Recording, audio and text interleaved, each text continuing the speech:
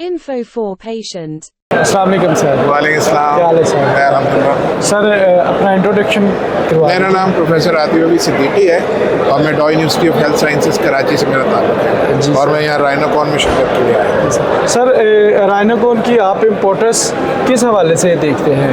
बहुत ज़्यादा इम्पोर्टेंट है। सबसे पहले तो ये कॉन्ग्रेचुलेशन इसके ऑर्गेनाइजर्स को, कि बहुत ही अच्छा अरेंजमेंट, बहुत ही ज़बरदस्त लेक्चर्स और हर चीज़ बहुत माइन्यूट चीज़ों का बहुत ख्याल रखा है।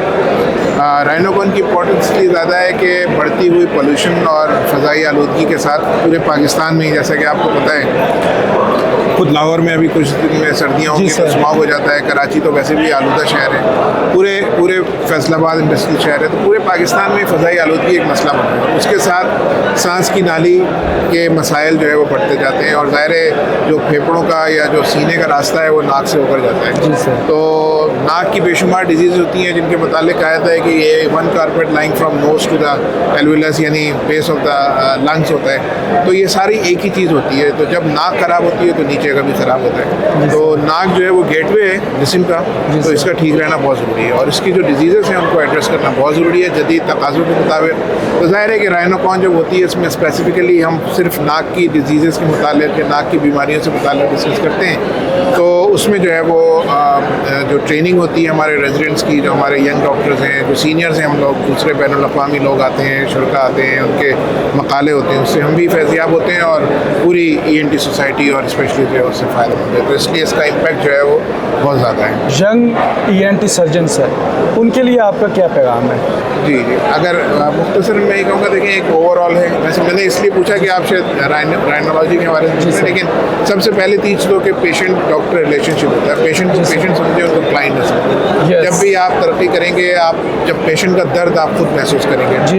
जो भी पेशेंट आता है वो तकलीफ में आपके पास आता है और वो अल्लाह ताला के पास डॉक्टर को सब कुछ समझता है। सही बात। तो सबसे पहली और बुनियादी चीज़ किसी भी स्पेशलिटी के लिए हो, एक डॉक्टर के लिए ये है कि वो अपने आप को खुदा का नायब समझे, ज़मीन के ऊपर तकब्बुर ना करे, गुरूर ना करे, मरीज़ों से अच्छी तरीके से गुफ्तगू करें, उनकी बात सुने, उनको और अपनी बेस्ट और उसके बाद प्रोफेशनली अपनी जो बेहतरीन नॉलेज है, जो बेहतरीन इल्म है उसका वो हासिल करे और अपने काम में महारत हासिल करे, जो भी काम कर रहा है, और फिर उसको अप्लाई करे।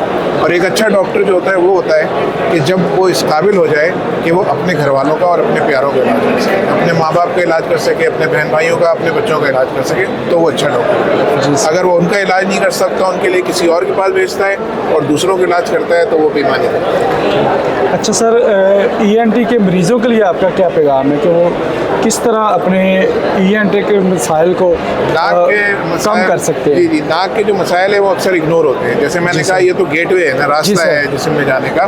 तो नाक का नज़ला हो गया जी, ठीक हो जाएगा, या नाक बंद है, परसे से बंद है, कोई और बीमारी हो जाती है।